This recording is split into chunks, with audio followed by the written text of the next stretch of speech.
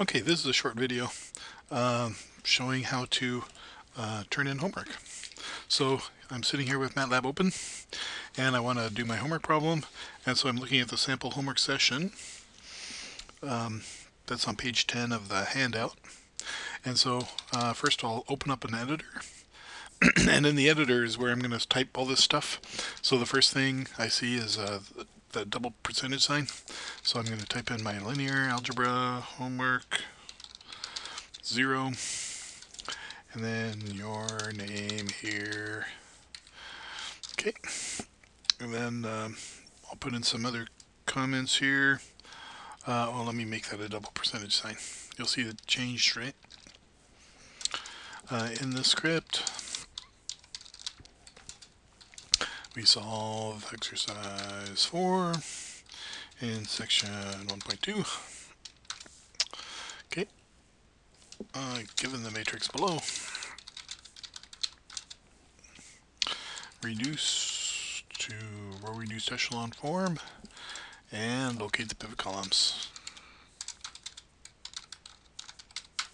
Okay, so my matrix is, this is short enough that I'll just type it in, 1, 2, 4, 5. The semicolon is the end of a row, 2, 4, 5, 4, semicolon, 4, 5, 4, 2, 4, 5, 4, 2.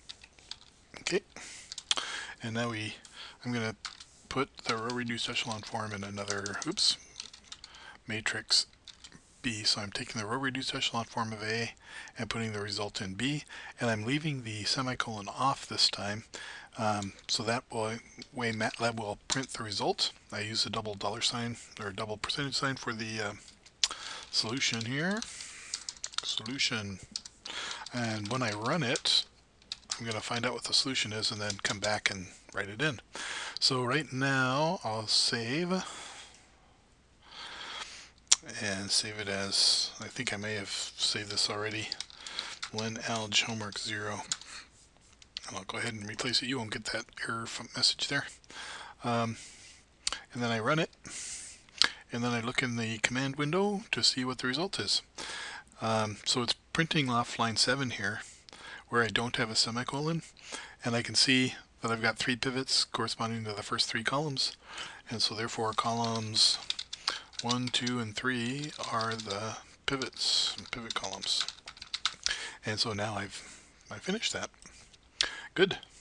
Okay, so now what I want to do is save it and go to the Publish tab. Now I should have reset this in I should have reset this here. Let me set it out. So you're going to see when you, let me close that again and I'll reopen it.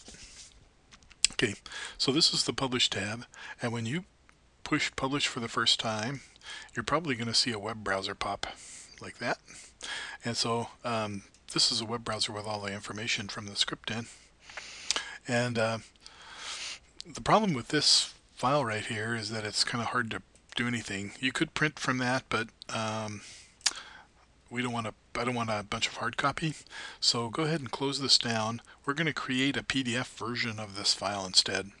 So go ahead and press Publish, and under Edit Publishing Options, you'll see right here output format and output folder. So under output file format, go ahead and change HTML to PDF. And you'll notice, by the way, that you could get a LaTeX format. So in other classes where you learn how to run LaTeX, you might keep that in mind. But we're right now we're just going to use PDF. So we're going to use PDF there. I'm going to leave the output folder as is, and we'll see what happens here when I close. I'm going to go ahead and publish now, and now I'm not going to see anything come up, but I can go to the HTML folder, and there's my file. Okay, so this is the file that I want you to actually turn in. And the reason I want you to turn this in, if you look at it, not only does it do a nice formatting job here, but it also gives me both the commands that you're using and the output that you're seeing. Okay, so here it's these are the commands we used, and here's the output. Okay, so that was easy it's easy then to get the entire picture from there. Good. So that's how you do it. If you have any questions, let me know. I think it'll be straightforward. Um, I will have to check to see if Octave can do the same thing. I'm not sure that it can, but hopefully we can figure something out if you're an Octave user. Um, okay, see you in class. Let me know if you have any trouble.